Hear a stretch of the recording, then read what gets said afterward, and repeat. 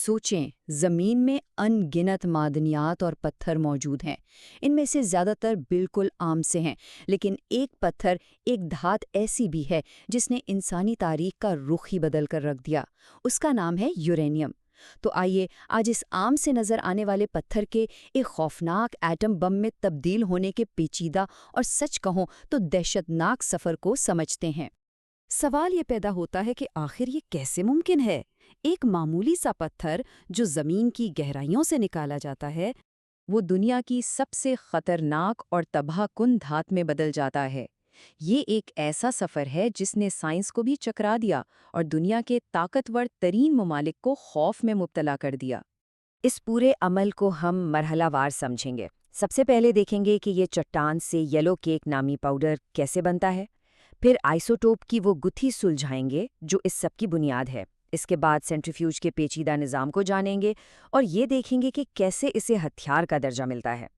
फिर बम का मरकज़ कैसे बनता है और आखिर में वो ना रुकने वाला जंजीरी रद्द-ए-अमल कैसे शुरू होता है जो सब कुछ तबाह कर देता है। चलें सफ़र का आगाज़ करते हैं बिल्कुल शुरू से, पहले मरहले से, जहाँ एक खाम चट्टान को एक साफ़शुदा पाउडर में तब्दील किया जाता है। सबसे पहले तो होती है कानकनी। बड़ी बड़ी मशीनें ज़मीन का सीना चीर कर वो चट्टानें निकालती हैं जिनमें यूरेनियम के ज़र्रात छुपे होते हैं।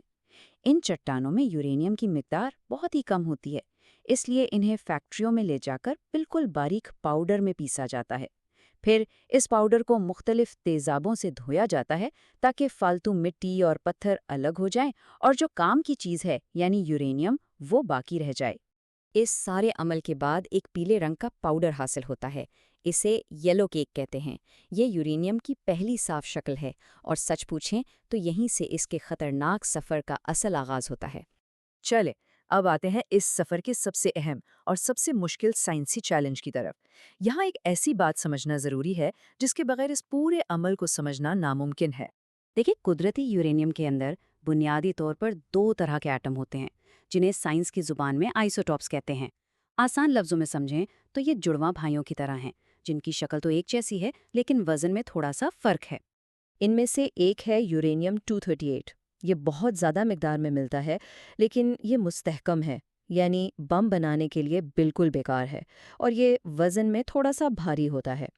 दूसरी किस्म है यूरेनियम 235, जिसमें असल धमाका खेज ताकत छुपी हुई है, लेकिन कुदरत ने इसकी मिकदार बहुत ही कम रखी है और ये वज़न में इंतहाई मामूली सा हल्का होता है। कुदरती यूरेनियम में सिर्फ और सिर्फ 0.7% ही यूरेनियम 235 होता है, यानी 1% से भी कम। सारा मसला, सारी साइंस और सारी मेहनत इसी 1% से भी कम मादे को उसके भारी भाई से अलग करने में लगती है। तो अब असल चैलेंज ये है कि इन दो जुड़वां भाइयों को अलग कैसे किया जाए, जो कीमियाई तौर पर बिल्कुल एक जैसे हैं। इस अमल को यूरेनियम की अफजूदगी या इनरिचमेंट कहते हैं, और यही वो खुफिया टेक्नोलॉजी है जिस पर दुनिया भर के मुमालिक की कड़ी नज़र होती है। इन एटमों को अलग करने के लिए सबसे पहले येलो केक पाउडर को एक खास गैस में बदला जाता है। ये कोई मामूली गैस नहीं होती, बल्कि इंतहाई जहरीली और ख़तरनाक होती है। इसका ज़र्रा सा भी लीक होना वहाँ मौजूद हर शख्स की जान ले सकता है। अब इस जहरीली गैस को लंबी सिलेंडर जैसी मशीनों में डाला जाता है, जिन्हें सेंट्रीफ्यूज कहते हैं। इन मशीनों को आवाज़ की रफ्तार से भी तेज़ घुमाया जाता है। जब ये इंतहाई तेज़ रफ्तारी से घूमती हैं, तो वज़न में मामूली फ़र्क की वजह से भारी और बेकार एटम यानी U238 मशीन की दीवारों की तरफ चले जाते हैं, जबकि हल्के और काम के एटम यानी U235 मशीन के दरमियान में जमा होना शुरू हो जाते हैं। लेकिन एक मशीन से काम नहीं बनता। सही मिकदार हासिल करने के लिए ऐसी हज़ारों मशीनों को एक दूसरे से जोड़ा जाता है, जिसे कैस्केड कहते हैं।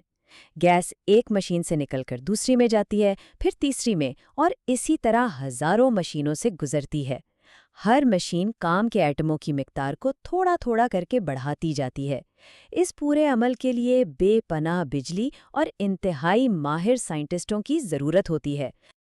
अच्छा, यूरेनियम को खालिस बनाने के भी मुख्तलिफ दर्जे होते हैं, और यहीं आकर ये फैसला होता है कि इस यूरेनियम का मकसद तवानाई पैदा करना है या फिर तबाही फैलाना। اگر یورینیم میں کام کے ایٹم یعنی U-235 کی مقدار صرف 3 سے 5% تک بڑھائی جائے تو اسے ایٹم بم بنانے کے لیے استعمال نہیں کیا جا سکتا۔ یہ بجلی گھروں میں توانائی پیدا کرنے کے کام آتا ہے۔ لیکن اگر ارادہ بم بنانے کا ہو تو اس گیس کو مہینوں تک ان مشینوں میں گھمایا جاتا ہے جب تک کہ کام کے ایٹموں کی مقدار 90% یا اس سے بھی زیادہ نہ ہو جائے۔ جب یہ 90% خالص مواد حاصل ہو جاتا ہے تو یہ گیس مکمل طور پر موت کا سامان بن چکی ہوتی ہے۔ اب اگلا مرحلہ اس گیس کو واپس ٹھوس شکل میں لانے کا ہے۔ بڑی احتیاط سے کیمیائی طریقوں کے ذریعے اس زہریلی اور خالص ترین گیس کو دوبارہ ایک چمکتی ہوئی دھات میں تبدیل کیا جاتا ہے۔ یہ دھات اب کوئی عام چٹان نہیں رہی، بلکہ یہ وہ انتہائی حساس مواد ہے جس کے ایٹم پھٹنے کے لیے تیار بیٹھے ہیں۔ اس خالص دھات کو پھر خاص سانچوں میں ڈھال کر وہ شکل دی جاتی ہے جو ایٹم بم کے بالکل مرکز میں اس کے دل کی جگہ رکھی جاتی ہے۔ اب سوال یہ ہے کہ بم کے مرکز میں رکھی یہ چھوٹی سی دھات آخر اتنی بڑی تباہی کیسے مچاتی ہے؟ اس کا جواب ایک نہ رکنے والے زنجیری رد عمل یا چین ری ایکشن میں چھپا ہے۔ اس کے لیے یورینیم کے اس خالص گولے کے چاروں طرف عام دھماکہ خیز مواد لگایا جاتا ہے۔ جب بم گرایا جاتا ہے تو سب سے پہلے باہر والا عام بارود پھٹتا ہے۔ اس سے ایک انتہائی طاقتور دباؤ اندر کی طرف پیدا ہوتا ہے جو یورینیم کے گولے کو ہر طرف سے بے پناہ طاقت سے دباتا ہے، جیسے مٹھی میں کوئی چیز بھینچ دی ہو۔ اس شدید اور اچانک دباؤ کی وجہ سے یورینیم کے اندر موجود ایٹم ایک دوسرے سے ٹکرا کر ٹوٹنا شروع کر دیتے ہیں۔ جب ایک ایٹم ٹوٹتا ہے تو وہ بے پناہ توانائی چھوڑتا ہے اور ساتھ ہی مزید ایٹموں کو توڑتا ہے۔ یہ ٹوٹنے کا سلسلہ ایک سیکنڈ کے لاکھوں حصے میں اربوں خربوں ایٹموں تک پھیل جاتا ہے۔ یہ سب پلک جھپکنے سے بھی ہزاروں گنا تیز ہوتا ہے۔ ایٹموں کے اس طرح مسلسل اور تیزی سے ٹوٹنے سے جو توانائی نکلتی ہے وہ اتنی زیادہ ہوتی ہے کہ زمین پر سورج کی سطح سے بھی زیادہ گرمی پیدا ہو جاتی ہے۔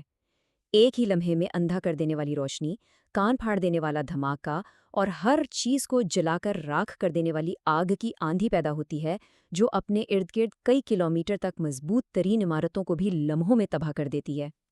یہ سفر ہمیں یہ سوچنے پر مجبور کرتا ہے کہ انسان کی عقل اور سائنس اگر تباہی کے راستے پر چل پڑے تو وہ مٹی کے بے جان ذروں کو بھی دنیا کے لیے سب سے بڑا خطرہ بنا سکتی ہے۔ اور یہ سوال ہمیشہ باقی رہے گا، کیا وہی انسانی ذہانت جو اس تباہی کو ممکن بناتی ہے اس بات کو بھی یقینی بنا سکتی ہے کہ یہ ہتھیار دوبارہ کبھی استعمال نہ ہو؟